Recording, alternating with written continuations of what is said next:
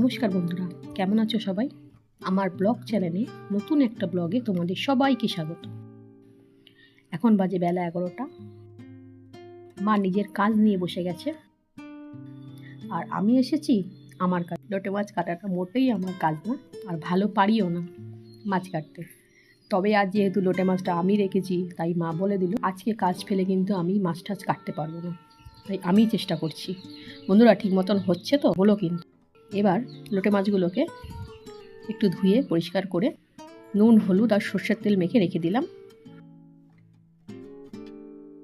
আর মাছ কাটার জায়গাটা যদি পরিষ্কার না করি তাহলে মা বলেই দিয়েছে আমার কপালে শনি আছে। পেটিগুলো, লোটে মাছের এই কাটা, এইগুলো আমি বিড়ালকে দিই না। আমি দিই শুধু নরম এইগুলো, যেগুলো বিড়াল খেতে পারবে, এগুলো দিয়ে আমি জায়গাটা ধুয়ে পরিষ্কার করে ফেললাম।